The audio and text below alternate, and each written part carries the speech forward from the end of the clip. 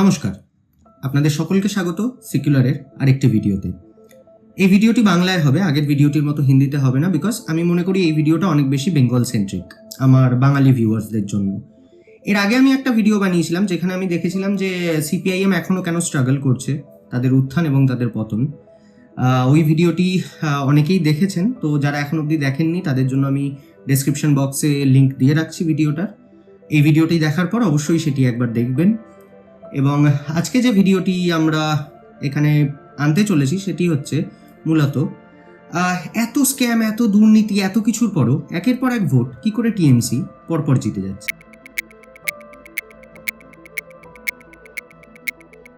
শিক্ষক নিয়োগে কেলেঙ্কারি, কয়লা পাচার, গরু পাচার, কাটমানির অভিযোগ, প্রায় প্রতিটা বড় রাজনৈতিক বিতর্কেই এই অভিযোগগুলো সামনে চলে আসছে টিএমসির নামে।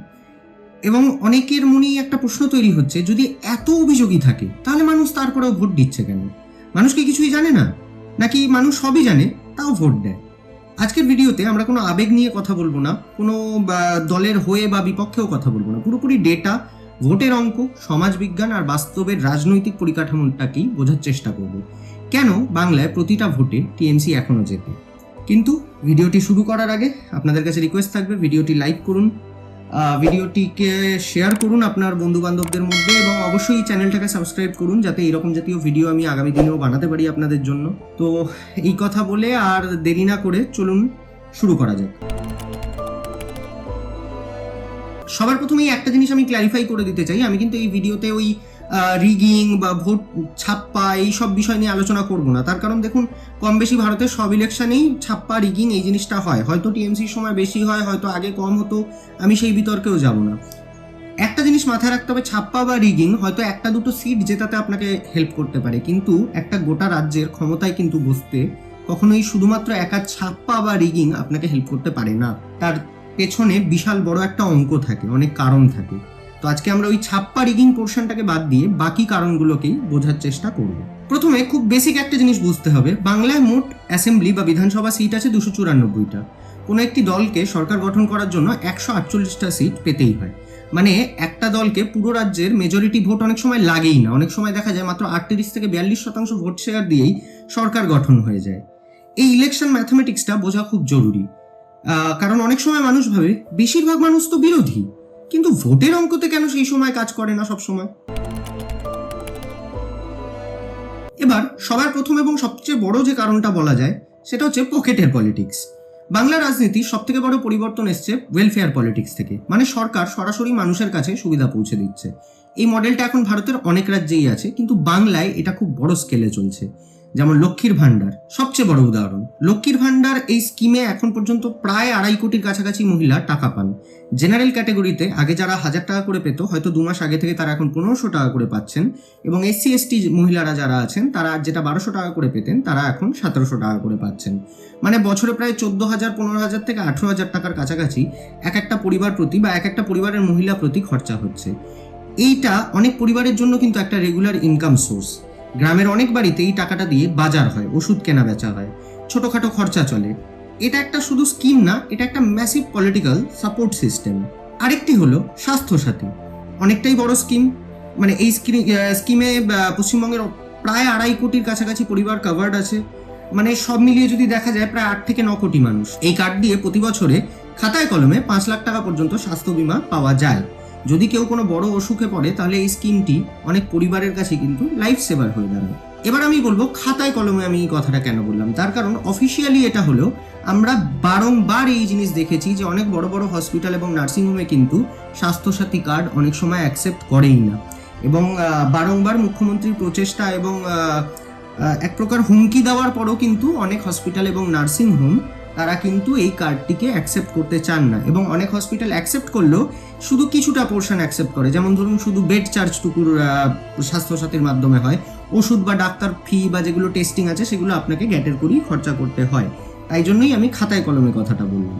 এছাড়া অন্যান্য আরও স্কিম আছে, যেমন কন্যাশ্রী, রূপশ্রী, সবুজ সাথী, কৃষক বন্ধু, ফ্রি রেশন, এইসব মিলিয়ে মানে কোটি কোটি মানুষ সরকারি সুবিধা সরাসরি পাচ্ছে। তাই ভোটের সময় অনেক মানুষ একটা প্রশ্ন করে, হ্যাঁ দুর্নীতি তো আছে, কিন্তু সরকার আমার জীবনে তো অনেক কিছুই দিচ্ছে। পরবর্তী একটা খুব বড় জায়গা আসে, সেটা হচ্ছে উইমেন ভোট ব্যাংক। বাংলা রাজনীতিতে একটা খুব গুরুত্বপূর্ণ বিষয় হচ্ছে এই উইমেন ভোট ব্যাংক। লক্ষ্মীর ভাণ্ডারের কারণে মহিলা ভোটারদের মধ্যে সমর্থকদের সরকারের প্রতি কিন্তু একটা সমর্থন বহুল রূপে বেড়েছে, কারণ অনেক পরিবারই প্রথমবার মহিলা নিজের অ্যাকাউন্টে নিজের টাকা পাচ্ছেন। এর ফলে দুটো খুব বড় পরিবর্তন হয়েছে। মহিলাদের ইকোনমিক ইন্ডিপেন্ডেন্স বেড়েছে, তার সাথে রাজনৈতিক সিদ্ধান্তেও তাদের একটা প্রভাব বেড়েছে। অনেক সার্ভেতে দেখা যায় ভারতের অনেক রাজ্যে মহিলা ভোটার কিন্তু গোটা ইলেকশনের রেজাল্টের আউটকামটাকে বদলে দিতে পারে। পরবর্তী আরেকটি খুব বড় বিষয় যেখানে টিএমসি অন্যান্য দলগুলির থেকে এগিয়ে, সেগুলি হচ্ছে মুসলিম ভোট বা সংখ্যালঘু ভোট।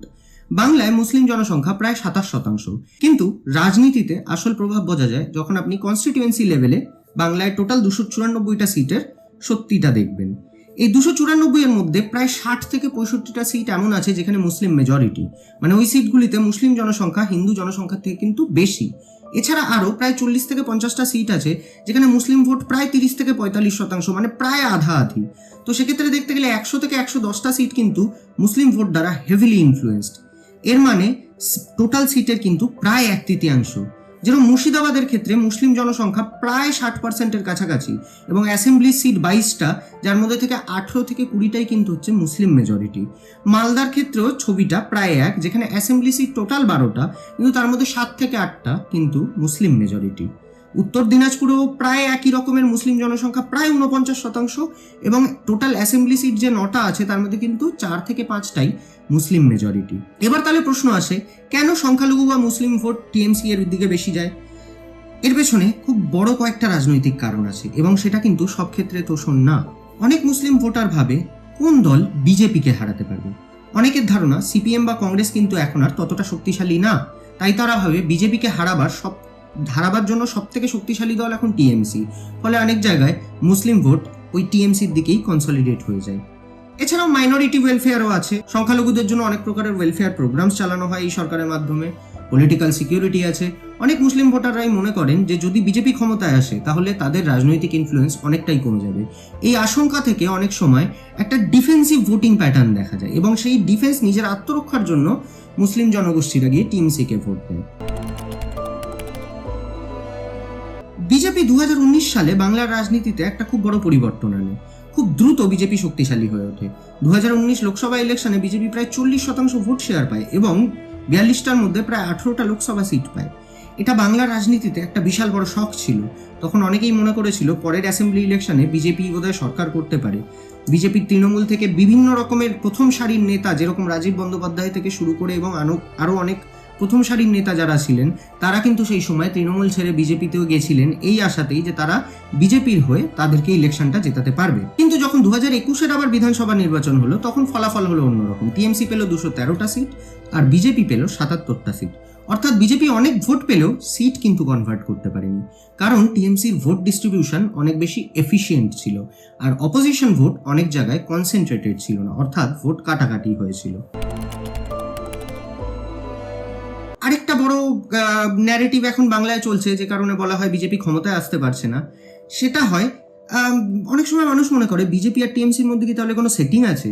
এই কথাটা সোশ্যাল মিডিয়া থেকে শুরু করে রাজনৈতিক আলোচনায়, টিভি ডিবেটে সব জায়গায় উঠে আসে। এখানে একটা বিষয় পরিষ্কার করে বলা খুব জরুরি।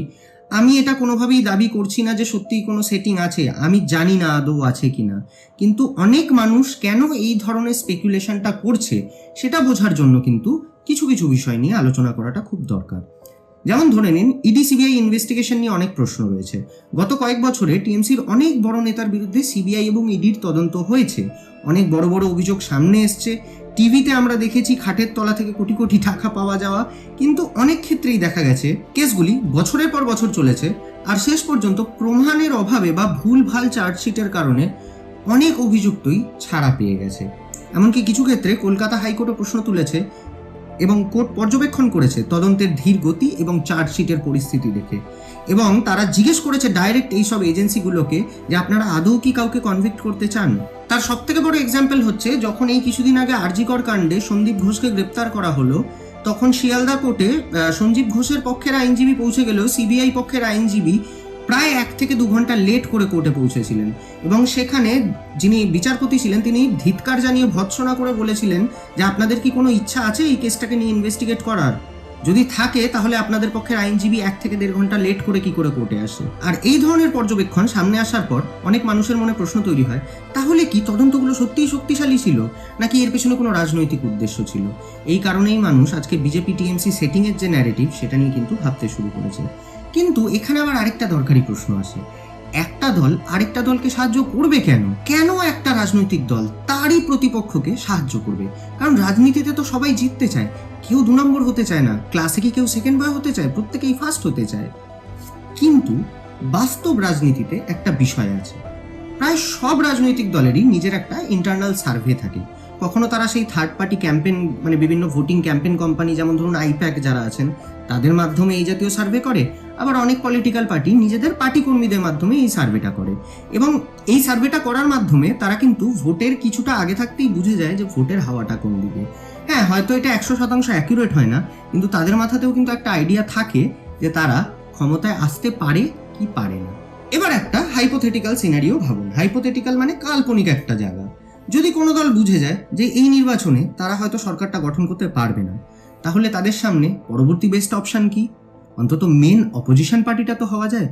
বাংলার রাজনীতিতে বিজেপির ক্ষেত্রে এটা একটা বড় ক্যালকুলেশন হতে পারে, কারণ যদি টিএমসি ক্ষমতায় থাকে তাহলে অন্তত বিজেপি মেন অপোজিশন পার্টি হিসেবে থাকতে পারবে। কিন্তু যদি বামফ্রন্ট ক্ষমতায় চলে আসে তাহলে বিজেপি হয়তো আবার বাংলার রাজনীতিতে প্রায় অদৃশ্য হয়ে যেতে পারে, যেরকমটা তারা 2016 সালের আগে ছিল। আরেকটা বড় রাজনৈতিক বাস্তবতা আছে, সেটা হচ্ছে বাংলায় ক্ষমতায় আসতে এলে একটু আগেই আপনাদের দেখালাম যে মুসলিম ভোটের একটা অংশ কিন্তু পেতেই হবে। কারণ আমরা আগেই দেখেছি প্রায় 100 থেকে 110টা সিট কিন্তু মুসলিম ভোট দ্বারা হেভিলি ইনফ্লুয়েন্সড। কিন্তু বিজেপি আবার জাতীয় রাজনীতিতে, মানে ন্যাশনাল পলিটিক্সে অ্যান্টি মুসলিম একটা ন্যারেটিভ কিন্তু ব্যবহার করে, বা অ্যান্টি মাইনরিটি। এখন যদি বিজেপি বাংলায় মুসলিম ভোট আকর্ষণ করার জন্য হঠাৎ করে সম্পূর্ণ একটা অন্য ধরনের রাজনীতি শুরু করে, তাহলে সেটা তো তাদের পলিটিক্যাল ন্যারেটিভের ক্ষেত্রে একটা বড় ধাক্কা দিতে পারে। এবং যে সমস্ত মানুষ শুধুমাত্র এই অ্যান্টি মাইনরিটি মানে ভাবনা চিন্তার জন্য বিজেপিকে ভোট দেয়, সেই সব মানুষরা কিন্তু ভোট নাও দিতে পারে। এই কারণেও অনেক রাজনৈতিক বিশ্লেষকরা মনে করেন যে বিজেপি বাংলায় এখন একটা পলিটিক্যাল ডিলেমার মধ্যে আছে। মানে এদিকে কুয়া তো ওদিকে খাই, মানে যদি ক্ষমতায় আসতে হয় তাহলে মুসলিম ভোট একটা অংশ পেতেই হবে, আর যদি মুসলিমদের তোষণ করে ভোটটা পেতে হয় তাহলে ন্যাশনাল লেভেলে তাদের ভোট শেয়ার কমে যাবে। তাই কিছু কিছু মানুষ মনে করে বিজেপি আর টিএমসির মধ্যে একটা ইনফর্মাল পলিটিক্যাল আন্ডারস্ট্যান্ডিং থাকতেও পারে, যেটা নিচু তলার লোকেরা হয়তো জানে না, কিন্তু উঁচু তলার নেতা নেত্রীরা জানেন। কিন্তু আবারও আমি বলছি, এটা কিন্তু কোনো প্রমাণিত তথ্য না, এটা শুধু একটা পলিটিক্যাল অ্যানালিসিস এবং স্পেকুলেশন। বাস্তবে কি হচ্ছে সেটা শুধুমাত্র সেই সব দলের রাজনৈতিক নেতারাই বলতে পারবেন। বাংলার নির্বাচন আসলে একটা যুদ্ধ। ইলেকশন তো টিভি ডিবেটে যেতে না মশাই, ইলেকশনটা যেতে হয় বুথে। বাংলায় মোট প্রায় 80 থেকে 90 হাজারের বেশি পোলিং বুথ আছে, এবং এই প্রতিটা বুথে যদি একটা দল worker, local organizer, voter contract তৈরি করতে পারে, তাহলে সেটা নির্বাচনে একটা হিউজ অ্যাডভান্টেজ দেয়। গত 1 দশকে টিএমসি কিন্তু এই কাজটা খুব সিস্টেম্যাটিক ভাবে করছে। প্রায় প্রতিটা বুথে booth committee, local volunteer, panchayat network তৈরি হয়েছে, এবং মানে একটা হিউজ পরিমাণ খরচা করা হচ্ছে। এই খরচার টাকাটা আসছে কোথা থেকে? যেটাকে বলা হয় পলিটিক্যাল ফান্ডিং। ইলেকটোরাল বন্ডের ডেটা যখন 2 বছর আগে সামনে আসে, তখন দেখা যায় যে বিজেপি সব থেকে বেশি ফান্ডিং পেয়েছে এই দেশে বিভিন্ন কর্পোরেট সংস্থার থেকে। কিন্তু অবাক করার বিষয় হলো টিএমসি দেশের দ্বিতীয় সর্বোচ্চ ইলেকটোরাল বন্ডে ফান্ডিং পেয়েছে, এবং সেটা কংগ্রেসের থেকেও বেশি। ভাবুন, টিএমসি কিন্তু একটা রিজিওনাল পার্টি, সেখানে কংগ্রেস কিন্তু একটা ন্যাশনাল পার্টি, এবং সিপিআইএম তো আগে থেকেই বলে দিয়েছে এটা যেহেতু অসাংবিধানিক, তাই তারা কোনো রকম ইলেকটোরাল বন্ড টাকা পয়সা নেবেই না, তো ওদেরকে এই ক্যালকুলেশন থেকে আমরা বাইরেই রাখছি। কিন্তু টিএমসি একটি রিজিওনাল পার্টি হয়েও দেশের দ্বিতীয় সর্বোচ্চ পলিটিক্যাল ফান্ডিং পেয়েছে, এবং এই ফান্ডিং এর একটা বড় অংশই কিন্তু তারা খরচা করতে পেরেছে ইলেকশনের ক্যাম্পেনে, অর্গানাইজেশনাল স্ট্রাকচারে, বুথ লেভেল নেটওয়ার্কে। এই কারণেই অনেক রাজনৈতিক বিশ্লেষকরা মনে করেন যে টিএমসির গ্রাউন্ড লেভেল কিন্তু পলিটিক্যাল মেশিনারি খুব শক্তিশালী। এরপর আসে রুরাল পলিটিক্যাল নেটওয়ার্ক, অর্থাৎ বাংলার রাজনীতির একটা বড় অংশই কিন্তু হচ্ছে গ্রামীণ রাজনৈতিক কাঠামো। গ্রামে মানুষের প্রথম কন্ট্যাক্ট পয়েন্ট অনেক সময় হয়ে থাকে পঞ্চায়েত সদস্য, লোকাল পার্টির লিডার, ব্লক লেভেলের পলিটিশিয়ান। এই নেটওয়ার্কের মাধ্যমে সরকারি স্কিম, স্থানীয় সমস্যা, রাজনৈতিক যোগাযোগ প্রায় সব কিছু পরিচালিত হয়। এই কারণে অনেক গ্রামে রাজনীতি কিন্তু খুব লোকালাইজড হয়ে যায় এবং সেই নেতা কেন্দ্রিক হয়ে থাকে। এরপর আসি সবচেয়ে গুরুত্বপূর্ণ প্রশ্ন, যেটা নিয়ে এতক্ষণ ধরে আলোচনা হওয়া বাকি আছে। Corruption versus voting behaviour. তাহলে দুর্নীতি থাকলেও মানুষ ভোট দিচ্ছে কেন? কারণ ভোটার সবসময় একটা প্রশ্ন করে, আমার জীবনে এই দুর্নীতির প্রভাব কি? ধরুন একটা স্ক্যাম হলো, কিন্তু একজন সাধারণ ভোটার তো ভাবতেই পারে, উপরে দুর্নীতি করছে করুক, কিন্তু আমার বাড়িতে তো একটা স্কিম আসছে, আমার বাড়িতে তো একটা পয়সা আসছে, সে যে কোনো স্কিমেই হোক। রাজনীতিতে এটাকে বলা হয় local benefit outweighs any kind of national scandal. এই ফেনোমেনা কিন্তু শুধু বাংলায় না, ভারতের অনেক রাজ্যেই দেখা যায়। উদাহরণস্বরূপ আপনাকে বলা যায়, এই কিছুদিন আগে যখন বিহারি ইলেকশন হলো, ইলেকশন হওয়ার মাত্র কিছুদিন আগেই আরজেডি এবং বিজেপির জোট সরকার ঘোষণা করলো তারা মহিলাদের অ্যাকাউন্টে 10,000 টাকা করে দেবেন। এবং মজার বিষয় হচ্ছে, ইলেকশন কমিশনও সেই জিনিসটা আটকালো না, যদিও সেটা কিন্তু মরাল কোড অফ কন্ডাক্ট পলিসির বাইরেই পড়ে, মানে জিনিসটা বেআইনি হওয়া উচিত ছিল। কিন্তু ঠিক আছে, ভোট হওয়ার জাস্ট কিছুদিন আগেই প্রত্যেক মহিলার অ্যাকাউন্টে 10,000 টাকা করে ঢুকলো। মজার বিষয় হচ্ছে, কিছু পুরুষের অ্যাকাউন্টেও নাকি ঢুকে গেছে, সেরকম শোনা যাচ্ছে। তো এখন তাদেরকে আবার বলা হচ্ছে যে আপনারা সেই টাকা ফেরত দিন, তো তারা আবার বলছে তাহলে আগে আমাদের ভোট ফেরত দিন। তো যাই হোক, এই নিয়ে না হয় আরেকটা ভিডিও পরে বানানো হবে, যে আমরা ভোটিংটা পয়সার মাধ্যমে কিভাবে ইনফ্লুয়েসড হয়ে থাকে। আপাতত এটা বোঝার দরকার যে এই জিনিসটা, এই টাকা ডাইরেক্ট কারোর অ্যাকাউন্টে পাঠিয়ে দেওয়া, ভোটারের অ্যাকাউন্টে পাঠিয়ে দেওয়া, এই জিনিসটা কিন্তু শুধুমাত্র বাংলায় হয় সেটা না, কেরালেও হয়, মধ্যপ্রদেশেও হয়, উত্তরপ্রদেশেও হয়, বিহারেও হয়, মহারাষ্ট্রতেও হয়, এবং বাংলায় এর পরিমাণটা অনেক বেশি হয়। ফলে ওই যে আবারও যখনই দেখা হয় যে ওখানে একটা কিছু স্ক্যাম হচ্ছে, বা ওখানে একটা কিছু দুর্নীতি হচ্ছে, বা কারোর সাথে কোনো একটা ক্ষতি হচ্ছে, তখন আমরা সবার আগে একটা জিনিসই ভাবি, তো হচ্ছে ওর সাথে, আমার অ্যাকাউন্টে তো টাকাটা ঢুকছে না, আমি সেটাকে তাহলে বন্ধ করি কি করে? আর আরেকটা জিনিস তো আছেই, রাজনীতির লিডারশিপ। আমি এর আগেও একটা ভিডিওতে এই জিনিসটা বলেছি যে আমাদের ভোটিং সিস্টেমটা মানে ইউকে থেকে অনেকটা কপি করা হলেও, মানে ইংল্যান্ড থেকে কপি করা হলেও, আমাদের ভোটিং, মানে আমাদের যারা ভোটার, আমাদের ভোটিং মেন্টালিটিটা কিন্তু ইউএস এর মতো। যেমন আপনাদের এক্সাম্পল স্বরূপ বোঝাই, আমরা যখন ভোট দিতে যাই, আমরা কিন্তু কোনোদিনই মমতা ব্যানার্জিকে ভোট দিই না। হ্যাঁ, মমতা ব্যানার্জিকে ভোট দেন যারা তার কেন্দ্রের ভোটার, যার মানে তার বিধানসভা কেন্দ্রের যারা ভোটার, বা প্রধানমন্ত্রী নরেন্দ্র মোদীকে কিন্তু আমরা কেউ ডাইরেক্ট গিয়ে ভোট দেই না। আমরা ভোট দিই আমাদের লোকাল এমপিকে, আমাদের লোকাল এমএলএ কে, আমাদের কনস্টিটিউয়েন্সি, আমাদের অ্যাসেম্বলিতে যে ভোটে দাঁড়ায় তাকে।